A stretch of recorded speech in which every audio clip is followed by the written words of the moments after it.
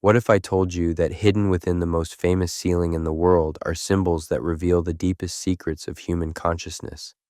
That Michelangelo wasn't just painting biblical scenes, but encoding a complete map of spiritual awakening that mystery schools had guarded for thousands of years? Today we're going to decode what might be the most spiritually revolutionary artwork ever created, and by the end of this video, you'll never look at the Sistine Chapel the same way again. But first, let me blow your mind with something most people don't know about Michelangelo. The hidden Michelangelo. Everyone knows Michelangelo as the master sculptor and painter, but what they don't teach you in art history class is that he was deeply initiated into the Hermetic mysteries through the Platonic Academy of Florence. Picture this. It's 1489, and 14-year-old Michelangelo is living in the palace of Lorenzo de' Medici, not just as an artist, but as a student of the most elite mystery school of the Renaissance. This wasn't just about art. This was about unlocking the secrets of reality itself. The Medici court wasn't just wealthy patrons of the arts. They were the guardians of ancient wisdom traditions that had been smuggled out of Constantinople when it fell in 1453. Manuscripts from the Library of Alexandria, Hermetic texts, Platonic dialogues, all flooding into Florence. And here's where it gets really interesting. Michelangelo's mentor wasn't just teaching him to carve marble. Giovanni Pico della Mirandola, the brilliant philosopher of the court, was teaching him Kabbalah, Christian mysticism, Islamic philosophy, and Greek mystery religions, all synthesized into what they called Prisca Theologia, the original divine wisdom. Now, imagine being commissioned to paint the ceiling of the Pope's private chapel with this knowledge burning in your mind. What would you do? Section 1. The creation of Adam, consciousness, awakening. Let's start with the most famous image in Western art, the creation of Adam. But forget everything you think you know about this painting. Look at God's flowing robe. Art historians have noted it's shaped exactly like a human brain, complete with the brainstem, frontal lobe, and cerebellum. But this isn't just artistic coincidence. In Hermetic philosophy, the divine spark literally awakens consciousness within the physical brain. But here's the deeper mystery. Look at Adam's finger. It's not quite touching God's finger, is it? There's a gap. In Kabbalistic teaching, this represents the moment just before enlightenment, when the individual soul is about to merge with cosmic consciousness. The finger of God represents the descent of divine light, what the Hindus call Shakti, what others call the Holy Spirit. And notice something else. Adam is already formed, already conscious, already gazing at the divine. This isn't creation from nothing. This is awakening. This is the moment when human consciousness recognizes its divine nature. The mystery schools taught that every human being contains this spark of divinity, but it remains dormant until awakened. Michelangelo is showing us the exact moment of spiritual awakening, when the finite self realizes its infinite nature. But wait, there's more. Look at the figures surrounding God. These aren't random angels. According to Hermetic tradition, these represent the hierarchy of consciousness, the different levels of awareness that exist between human and divine consciousness. The woman under God's arm. Some scholars believe this represents Sophia, divine wisdom, or even the feminine aspect of divinity that the Gnostics revered. But if you think that's profound, wait until you see what he did with the entire ceiling. Section 2. The ceiling as initiation map. The Sistine Chapel ceiling isn't just a collection of biblical scenes. When you understand the mystery school teachings, you realize it's actually a complete map of consciousness evolution, a visual guide to spiritual initiation. Let me walk you through this step by step, because once you see it, you can't unsee it. The ceiling is divided into 9 central panels, and they're not arranged chronologically like you'd expect. Instead, they follow the exact progression taught in Platonic mystery schools, from material consciousness to divine realization.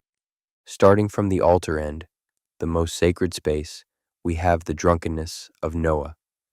This represents the soul trapped in material consciousness, intoxicated by physical existence. Classic mystery school symbolism. Moving toward the entrance, we progress through the fall of man, the descent of consciousness into duality and separation, then the creation of Eve, the emergence of divine feminine wisdom within consciousness. But here's where Michelangelo gets really esoteric. The creation scenes aren't just showing the formation of the physical world. In Hermetic philosophy, creation is an ongoing process happening within consciousness itself. Each day of creation represents a different level of awareness awakening. The separation of light from darkness? That's the first stage of spiritual awakening, when we begin to discern truth from illusion. The creation of sun and moon? The balancing of masculine and feminine energies within the psyche, what Jung would later call the integration of animus and anima. And surrounding these central panels are the Ignudi, those beautiful nude figures that art historians struggle to explain. But in mystery school symbolism, they represent the perfected human being, consciousness freed from the limitations of material existence. Even more fascinating are the bronze medallions held by the Ignudi. These depict scenes from the Old Testament, but when you study them through the lens of Hermetic philosophy, they're showing the stages of alchemical transformation, the process by which base consciousness is transmuted into spiritual gold. But Michelangelo wasn't finished. He placed prophets and Sibyls around the border, but not just any prophets and Sibyls. Section 3, the prophets and Sibyls, guardians of wisdom. Here's something that will blow your mind. Michelangelo painted 12 figures around the ceiling's border, 7 prophets and 5 Sibyls. But these aren't just random biblical and classical figures. When you study their positioning and symbolism, you realize they represent the 12 signs of the zodiac and the different types of spiritual wisdom. But here's the revolutionary part. He gave equal importance to pagan Sibyls and Hebrew prophets. In 1512, when the Catholic Church was obsessed with orthodoxy, Michelangelo is boldly declaring that divine wisdom flows through all traditions. The Delphic Sibyl, positioned at the most prominent spot, represents the Apollonian tradition, the know thyself wisdom that was carved into the temple at Delphi. She's young, beautiful, holding a scroll, representing accessible wisdom. Contrast this with the Libyan Sibyl, who's performing an impossible twist of the human form. She's reaching behind herself while looking forward, symbolizing the ability to access past wisdom while moving toward future understanding. This is classic Hermetic symbolism for the magus, who can navigate all dimensions of time and consciousness. And notice Jeremiah, painted as a melancholy, introspective figure, but look closer at his posture. He's in the classic pose of the melancholic temperament, which in Renaissance magic was associated with Saturn, the planet of deep wisdom and mystical insight. Michelangelo is showing us that true prophecy comes through deep inner contemplation. Each figure holds different objects, scrolls, books, tablets, but these aren't just props. In mystery school tradition, different objects represent different types of gnosis. The scroll represents revealed wisdom, the book represents accumulated knowledge, the tablet represents direct divine communication. But if you want to see Michelangelo's most daring spiritual statement, you have to look at what he painted 24 years later. Section 4. The Last Judgment. Consciousness Evolution. In 1536, Michelangelo returned to the Sistine Chapel to paint the Last Judgment on the altar wall. By this time, he had studied the complete works of Dante, absorbed deeper Platonic philosophy, and some scholars believe he had contact with underground Gnostic traditions. What he created is the most psychologically sophisticated depiction of consciousness transformation ever painted. First, forget the traditional interpretation of Judgment Day. Look at this painting through the lens of consciousness evolution, and you'll see something completely different. Christ at the center isn't an angry judge condemning souls. Look at his gesture. His right hand is raised in blessing. His left hand is extended in mercy.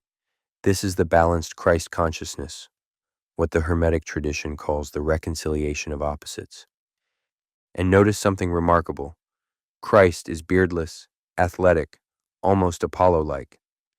Michelangelo is showing us Christ as the perfected human being, the goal of consciousness evolution, not a distant deity. The figures ascending on the right aren't just the saved. Study their expressions and postures. They're showing the different stages of awakening. Some are still confused, looking around in wonder. Others are filled with joy as they recognize their true nature. The ones closest to Christ have achieved perfect serenity. But here's Michelangelo's most radical insight. The figures descending on the left aren't being punished by external judgment. Look at their faces. They're in the grip of their own inner torment. This is the shadow work that consciousness must undergo. The demons aren't external entities, they're projections of unintegrated aspects of the psyche. And at the very bottom, Karen ferrying souls across the river Styx. This is direct from Dante's Divine Comedy, but it's also classic mystery school symbolism for the transition between states of consciousness. Most shocking of all, look closely at the flayed skin held by Saint Bartholomew. Art historians have confirmed that the face on that skin is Michelangelo's own self-portrait. He's literally showing his own ego death and rebirth, the classic mystical experience of consciousness recognizing its true nature beyond the personality. But there's one more secret hidden in plain sight that ties everything together. Section 5. The Hidden Unity. Here's the ultimate secret that unifies all of Michelangelo's work. He understood that all spiritual traditions are pointing to the same truth, the recognition that individual consciousness and cosmic consciousness are one. Throughout the Sistine Chapel, you'll find symbols from multiple traditions seamlessly woven together. Hebrew mysticism, Greek philosophy, Christian symbolism, even Islamic geometric patterns in the architectural elements. This wasn't accidental. The Platonic academy that shaped Michelangelo taught Prisca Theologia, the idea that all religions spring from a single divine source. What we call different spiritual paths are just different languages describing the same ultimate reality. Look at the hands in the creation of Adam again. They're not just human and divine hands, they're the same hand. The gap between them represents the illusion of separation that consciousness must overcome.